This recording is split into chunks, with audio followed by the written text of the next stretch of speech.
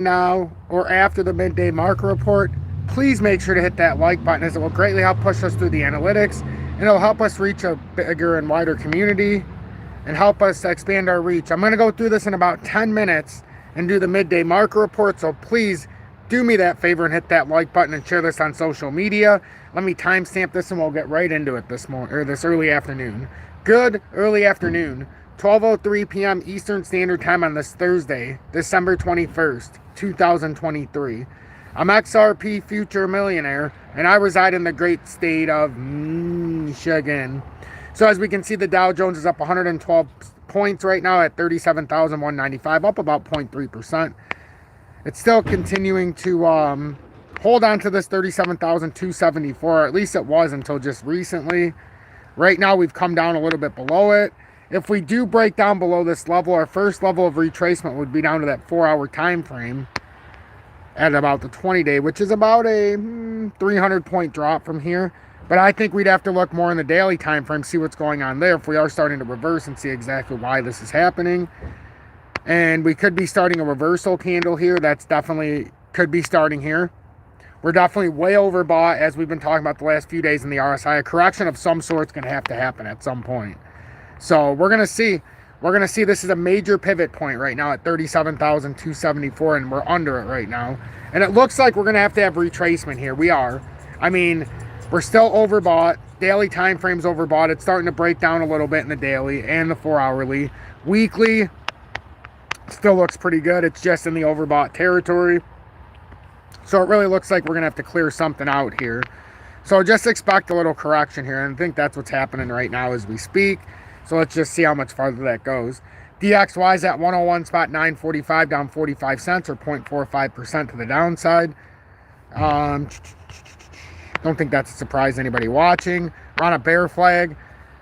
The only thing is we've cleared out a lot in the RSI. Like, we're going to eventually have to have a move up. Now, we've talked about a lot. Does it mean that move comes after another breakdown? Maybe it pushes us towards that 99.50 or the 100 pairing 1-to-1. But it still looks to me, we filled that technical target out to the 101.695. And it looks to me more likely that at some point we're going to have to clear out some of this leverage here. And it might just have a rally to the top side a little bit, but there's no pressure right now. No pressure to the top side. So watch that 101.695. If that breaks, it's a slippery slope down under the pairing of 1-to-1. US 10 years up 3 basis points, or 0.83% to 3.88 or 3.88%. The 10-year government bonds continues to get slaughtered. Our only hope for it to hold in this area, as we've talked about since it was up near 4.9%, is that it puts in an inverted head and shoulders here. And just like with the DXY, we're getting into that oversold area. We're not quite there right now in some of these time frames as we bounce out a little bit. But for the majority, we are heading, or at least dipping into that oversold. So eventually, we're going to have a reversal. It's just, does it happen at 3.7% approximately, or does it happen at 2.96%? That's a pretty big wide spread there. U.S. crude oil priced in U.S. dollar WTI is at $73.07 a barrel, down 67 cents, or 0.91% on the day. We seem to have possibly hit a reversal, but now we have a long leg doji in the daily, which signifies this pattern very well could be coming to an end. We're volatile and we're indecisive, so we'll see how this reacts, but it's really going to be dependent on Friday's candle. If Friday's bearish, we'll come back down to around that $70 level in a very swift motion. If we can get some positivity, we'd come up to the top of this wedge, which is right around 79.55. So that's your volatility right now with crude. Gold's up $10 today at 2,042. Nothing major. Nothing major. Gold in the daily time frame is, it's still in an area where it could still have a rally. 4-hourly, it looks like a bull flag is in the formation. So I think it's going to come up before it comes down. We already had that retracement we talked about early last week. It came down. It wasn't a huge retracement, but it did come down to start the week to like 2015. Other than that, though, we bounced off it. Now we're back up over 2040, and this looks like a bull flag. Mark, welcome in. JW, I'm so glad to see you here this afternoon as we're getting closer to the end of the midday market report. Got about 5 minutes left here to get through what I want to get through, but I'm going to continue to be diligent here, even in the times where nobody, not nobody, but in the times when most people are trying to stay away. It's the holiday week. Some people are being thrown off by the market instability, but this is where I like to be here the most. So watch gold, because it looks like we could have a little rally here to end the end of the year. Maybe we come back up to that $2,100 mark. This bull flag certainly suggests that that's where we would like to head up to. Silver at $24.31, up about 0.18 or 19 cents an ounce. That's also attempting a breakout here. I don't want it to be a right shoulder, so if it doesn't want to be a right shoulder, as we can see, it's already starting to make the move. You just need to hold this $24 level. You hold $24, it'll be okay. 4 hourly, we're going to be into that overbought area. Daily, we've got plenty of room to run on gold and silver, though. So it just depending on where you look at it, shorter or a little bit longer. Gold silver ratio down 16.5 cents or 0.2% to 83.914. That's because silver's rose a little bit higher here, and it should if we're having a real rally. And the gold silver ratio technical target here is to make a move down to about 81.884. So watch that in the couple days to come here. And actually to start next week is where I'd be looking for that. B2 gold, a little bit of an up push today of 5 cents or 1.57% to $3.24. Hope you guys are doing your due diligence on this one. Right now, the beautiful pivot point right now is at 323. If it's on top of that, we should be able to rally to 335 and possibly beyond. We're trying to reverse course here in the daily as we've had a bullish cross.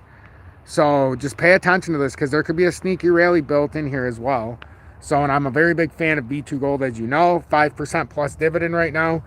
Fortuna Silver Mine's another one I really like, just no dividend, up 12 cents or 3.11% to $3.98 an ounce.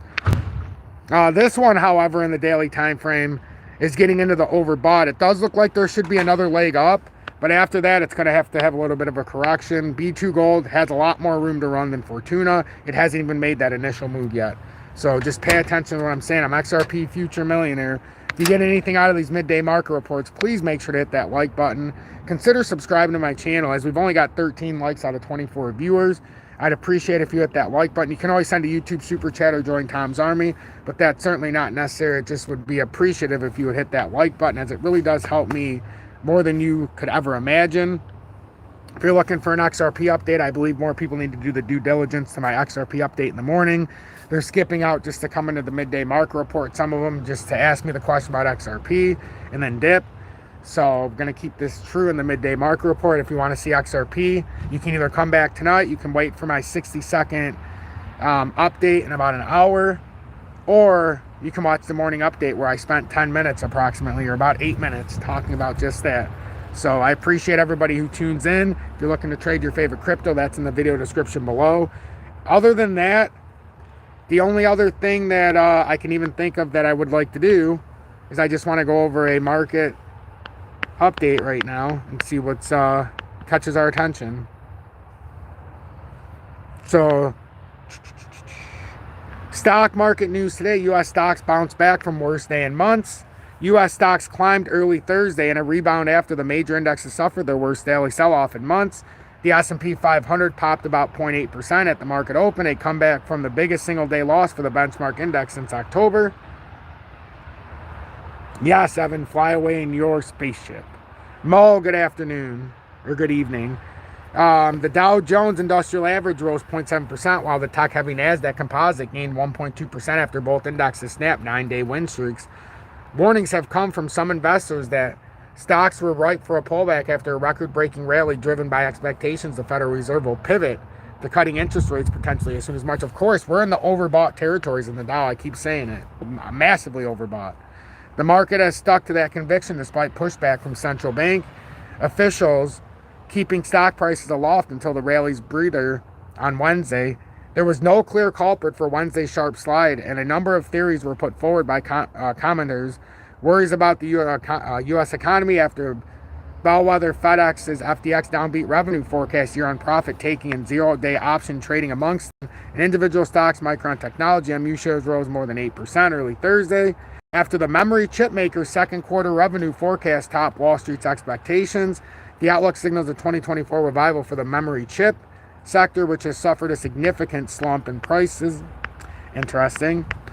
Then you got earnings going on. So BlackBerry fell 13% as guidance came in at a range of 150 to 159 million, below analyst expectations of 190 million. Carnival Corporation's earnings topped Wall Street's expectation on Thursday. Shares were up more than 7%. Company revenue was 5.4 billion, over the 5.3 expected. Micron shares were up 7% after it earned quarterly this quarter 5.3 billion, above the estimate of 4.97 billion. And then short sellers lost closed to 178 billion in 2023. It's been a tough year to bet against stocks. Short sellers on Wall Street have lost nearly 178 billion this year, according to data from S3 Partners provided to Yahoo Finance. The top 6 stocks these investors have lost money on are all part of the Magnificent Seven. Alphabet, Google being the lone tech leader not atop the list. The move reflects the unexpected nature of the 2023 stock market rally, which many on Wall Street didn't predict entering earlier this year. Well, not everybody did, but I did. So stay blessed, everybody. I hope you have a fantastic afternoon. I hope you learned a little bit on this midday market report.